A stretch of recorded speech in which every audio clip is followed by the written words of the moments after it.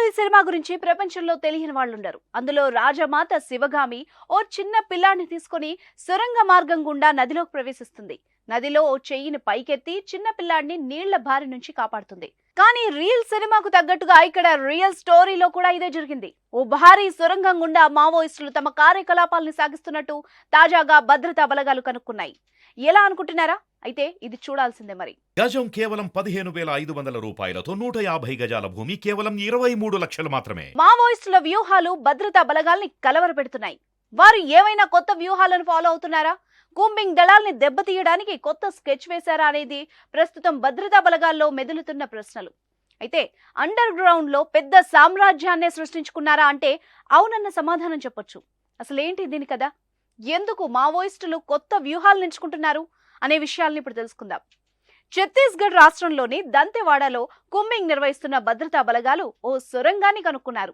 అక్కడ సొరంగాన్ని చూసిన పోలీసులే అవాక్కయ్యారంటే దాని నిర్మాణం ఏ విధంగా ఉండొచ్చో ఊహించవచ్చు. మావోయిస్టులే ఈ సొరంగాన్ని ఏర్పాటు చేసుకున్నట్టు గుర్తించారు. దీని ద్వారా తమను తాము కాపాడుకోవడంతో పాటు వారి వద్ద ఉన్న ఆయుధాలను దాచేందుకు ఏకంగా కొత్త సామ్రాజ్యాన్నే సృష్టించుకున్నారు. పక్కా సమాచారంతో అక్కడికి వెళ్లిన పోలీసులు ఆ ప్రదేశాన్ని చూసి ఒక్కసారిగా ఉలిక్కిపడ్డారు. ఈ ఘటనతో ఛత్తీస్గఢ్ అడవుల్లో ఏం జరుగుతోందన్న ఆలోచనలో పడ్డారు పోలీసులు. గతంలో మావోయిస్టులు అడవుల్ని అండగా చేసుకుని పోరాటాలు చేసేవాళ్లు. అయితే దంతెవాడ అడవుల్లో వాళ్లు ఏకంగా భారీ సొరంగాలు ఏర్పాటు చేసుకున్న విషయం ఆలస్యంగా వెలుగులోకి వచ్చింది. అందులోనే వారు భద్రతగా ఉండడంతో సహా తమ ఆయుధాలను దాచుకుంటున్నారు. అడవుల్లో అసలు గుర్తించేందుకు కూడా అవకాశం లేకుండా చదును నేలపై కొన్ని ఇనుపరాడ్లను అడ్డంగా పెట్టారు. సమాచారం అందుకున్న పోలీసులు ఆ ఇనుపరాడ్లను తొలగించి కిందకు దిగితే బాహుబలి మించిన సెట్ లాంటి సొరంగం బయటపడింది.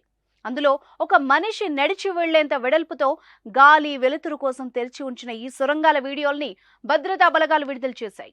వీటిని చూసిన వాళ్లంతా ఆశ్చర్యం వ్యక్తం చేస్తున్నారు.